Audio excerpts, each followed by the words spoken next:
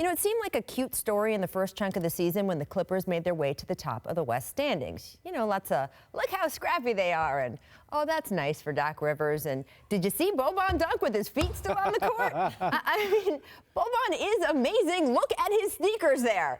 Anyway, 4 weeks, the Clippers' success felt like an amusing footnote, one that if you weren't watching their games, you'd be forgiven for assuming it had more to do with the early NBA schedule than anything else. Well, guess what? We're now a quarter of the way through the season, and the Clippers aren't cute anymore. Still sitting at #1 in the West, they are real and interesting and very, very different than the rest of the league in the way that is worth paying attention to. You know how the current conventional wisdom is that you need at least 2 or 3 superstars to win? The Clippers don't even have anyone who has been an all-star. Their best player right now is Tobias Harris, a guy who's already been traded 4 times in his 8-year career. But that's okay because A, after reportedly turning down an $80 million contract extension this summer to bet on himself, Tobias is having a career season. And B, the Clippers don't actually need anyone on the team to be great because everyone on the team is good. Really, pretty much everyone.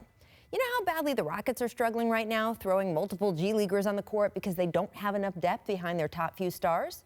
The Clippers are nothing but depth. They can come at you in waves with a collection of players who are just fast enough, just sharp enough shooters, just gritty enough on defense. Remember back in the 90s when those old Nolan Richardson Arkansas teams laid down 40 minutes of hell? The Clippers laid down 48 minutes of extremely solid basketball, which may sound boring, but actually works because you don't have to win every single possession in a game. You just have to win more of them than your opponent. And no one knows that more than Doc Rivers, who is in year 20 of his coaching career and seems really completely rejuvenated.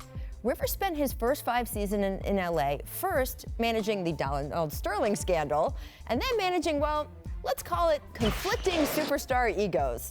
So in a town where there is a LeBron James billboard on practically every corner, Rivers can appreciate the advantages of having the guys that not too many fans would even recognize. He has been able to take the time to find what's special about each of his players and maximize it. Take, yes, Boban, who in his past few stops was treated more like a curiosity than a basketball player, but who Rivers is putting to work.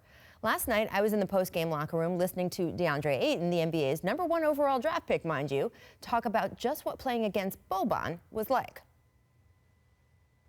I really got threw off by the big dude, man.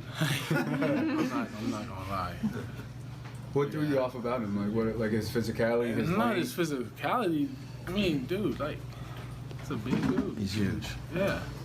I'm not to say that it stopped me, just, you know, to get all my rhythm shots going, start inside out.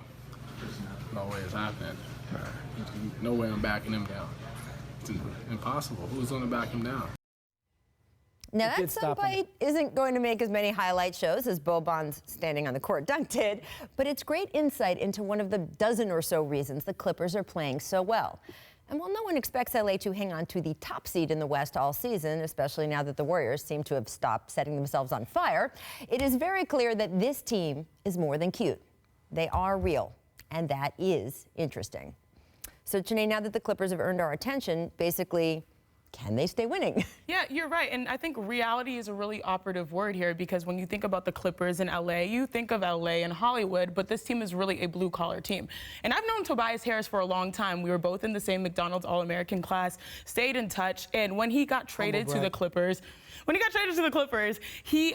immediately tweeted, this is a guy you're going to fall in love with. Now, not a lot of people understood his game. He sort of bounced around, but he's talented, especially in the pick and roll scenario.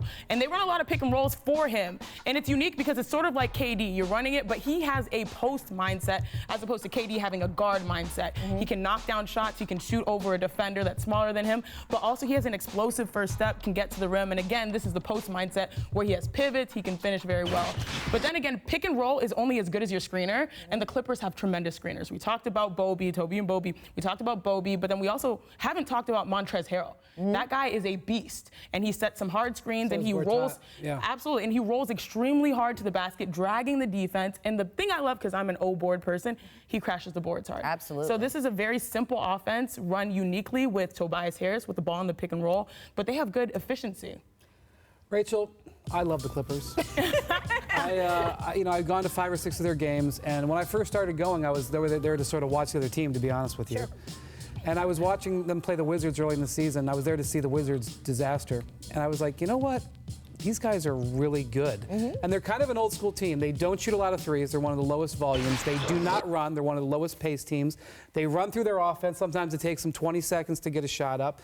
And you said they don't have a traditional star, but they have 12 guys that they can use. Last night, Gortata's a late scratch with a back issue. They go to Boban. He embarrassed DeAndre Ayton. I'm glad Ayton came clean on that because Ayton looked he looked almost frightened out there. It was a rookie game. He had clearly the worst game of his season. And the fact that you can go to that, and then, you take Boban off the court and bring in Harrell, who is a small ball killer. He Absolutely. ruins teams. He's been a rock star this season. Right, when for they them try off to the bring in bench. small guys. And, I know we're still relatively early, but if the All-Star game was tomorrow, Tobias Harris would be in it. He would be an All-Star. I'm a little bit worried that this isn't going to last forever, that they're going to come back to reality. They have a 4-game road trip starting tonight that's really challenging. They have games in New Orleans on the second night of a back-to-back. They have to play in Memphis, which isn't easy.